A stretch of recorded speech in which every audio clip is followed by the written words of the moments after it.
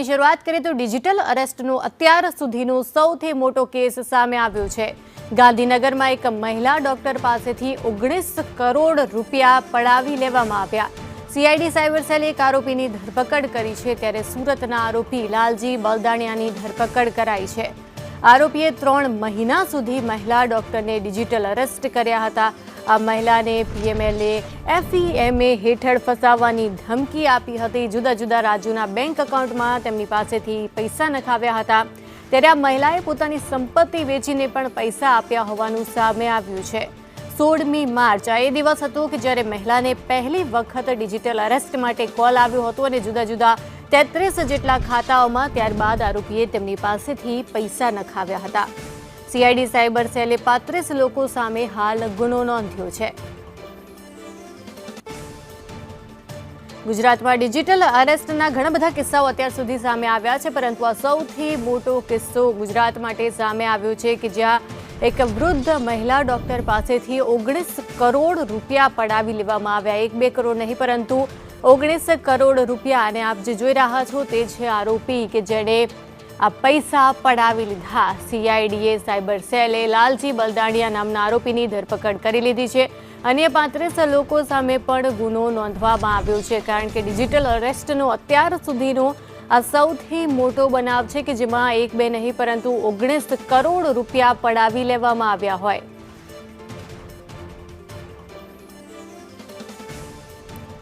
ડોક્ટરને ફોન કરવામાં આવ્યો હતો। વૃદ્ધ મહિલા ડોક્ટર છે અને તેમને આરોપીએ એક દિવસ ફોન કર્યો હતો અને કહ્યું કે તમને ડિજિટલ અરેસ્ટ કરવામાં આવે છે, જેને લઈને સરકાર દ્વારા પણ ઘણી બધી બાબતો કહેવામાં આવી છે, જાગૃતિ માટે વાત કરવામાં આવે છે, પરંતુ હજુ સુધી લોકો આ ડિજિટલ અરેસ્ટનો ભોગ પણ બની રહ્યા છે। ઘણી બધી વખત ફોન આવે છે કે અમે પોલીસમાંથી વાત કરીએ છીએ, તમને ડિજિટલ અરેસ્ટ કરવામાં આવ્યા છે, તમારા નામનું આ પાર્સલ હતું કે જેમાંથી કોઈ પણ ગેરકાયદેસર વસ્તુઓ મળી આવી છે અને જો તમે ન ઈચ્છતા હો તો આટલા પૈસા એ જમા કરી દો।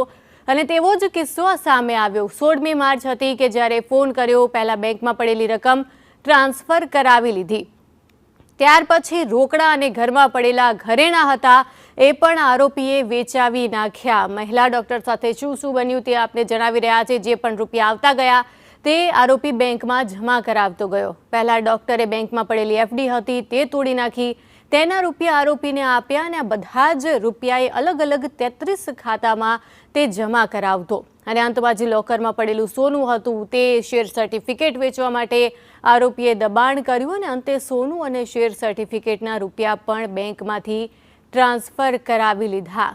1 અઠવાડિયા પહેલા ઘટના માટે નોંધ કરવામાં આવી હતી, ફરિયાદ કરાઈ હતી અને ત્યારબાદ આ સાયબર ગઠિયા ડરાવી અને ધમકાવીને રૂપિયા પડાવતા હોય છે તે બાબત સામે આવી છે। 30 કરતાં પણ વધારે એકાઉન્ટ અને 19 કરોડથી પણ વધારે રૂપિયા। એક એકાઉન્ટ ધારકને પકડીને લિંક શોધવામાં પણ આવી રહી છે। કેવી રીતે આખી ઘટના બની છે, આટલો મોટો ફ્રોડ થયો, સીઆઈડી આપણા સાયબર સેલને પણ કેમ આટલી મોટી ઘટના પછી ખબર ન પડી? ડિજિટલ અરેસ્ટનો જે કેસ આવ્યું છે એ અમારે ત્યાં લગભગ 1 અઠવાડિયા પહેલાં રિપોર્ટ થયું હતું।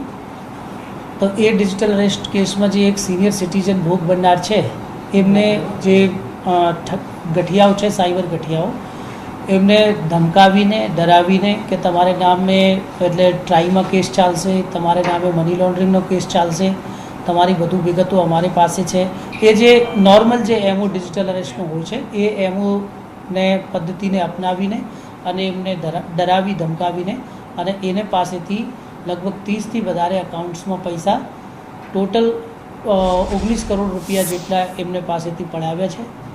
એમાં અત્યારે તપાસ ચાલુ છે।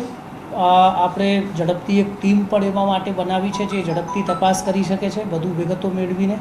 તો એમાંથી જે વિગત મળી છે તો એક એકાઉન્ટમાં જે 1 કરોડ રૂપિયા ગયા હતા તો એ એકાઉન્ટ ધારકને અત્યારે પકડી પાડવામાં આવેલ છે।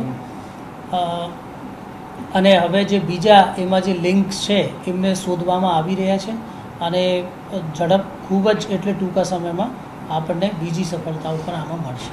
સર, આ જે એમઓ છે એનો પરથી લાગે છે કે જે તૈયાર કરી છે તે લોકલ લોકો છે અથવા બહારના લોકો છે, બીજી અન્ય એજન્સીઓને તપાસમાં જોડવાની વાત આવશે? એમાં જે છે કે અત્યાર સુધી તો જોવામાં એ જ આવ્યું છે કે આપણે જે પ્રાથમિક જે ફોન નંબરથી એમને પાસેથી કોલ થયું એ પણ લોકલ છે અને પછી જે અકાઉન્ટ ધારકો છે એ પણ લોકલ છે. તો હજી આપણે જ્યારે બધી ટેકનિકલ રીતે વધારે એમાં ડીપમાં તપાસ કરવામાં આવશે ત્યારે ખબર પડશે કે એમાં બહારનો કોઈ એટલે સંકળાયેલ છે કે નહીં કેમ એ આપણને નથી ખબર. સર આખો ઘટનાક્રમ ક્યારથી શરૂ થાય છે, કેટલા સમય સુધી મહિલાને ડિજિટલી એરેસ્ટ રાખવામાં આવ્યા અને કેવી રીતે આરોપીઓ દ્વારા તબક્કાવાળા પૈસા પડાવવામાં આવ્યા કે એકી સાથે એમને લગભગ માર્ચના મહિનામાં ડિજિટલ અરેસ્ટ કરવામાં આવે ત્યારે એમને પહેલો કોલ થયું જેમાં એમને ધમકાવવામાં આવ્યું કે તમારું જે મોબાઈલ નંબર છે એ અમુક ગતિવિધિઓમાં સંકળાયેલ છે એટલે તમારી ઉપર ટ્રાયનો કેસ ચાલશે, તમે અરેસ્ટ કરવામાં આવશે. એવી રીતે માર્ચથી એમને સાથે આ વાતો શરૂ થઈ. પછી એમને પાસેથી ધીરે ધીરે કે તમારું આ કેસનો નિકાલ થઈ જશે, તમારી પાસે જે પૈસા છે એ અમારા અકાઉન્ટમાં કરાવી દો. એવી રીતે ધીમે ધીમે એમને પાસેથી પૈસા લેવામાં આવ્યા. પછી લગભગ જૂન સુધી આ જે ડિજિટલ અરેસ્ટનો કિસ્સા છે એ એમને સાથે ચાલુ. લગભગ 3 મહિનાથી વધારે એમને સાથે આ આખું પ્રકરણ એ લોકોએ ચલાવ્યું છે. સર આટલા બધા રૂપિયા જે તે ભોગ બનનાર પાસે આવ્યા ક્યાંથી? હવે એ ભોગ બનનાર પાસે ક્યાંથી રૂપિયા આવ્યા એ તો આપણે તપાસનો વિષય અત્યારે નથી, કેમ કે કોઈ પણ માણસ પાસે એમને જે પૈસા એમના ધંધાના અને એ થઈ શકે છે. એટલે અમે અત્યારે આરોપીઓ ઉપર વધારે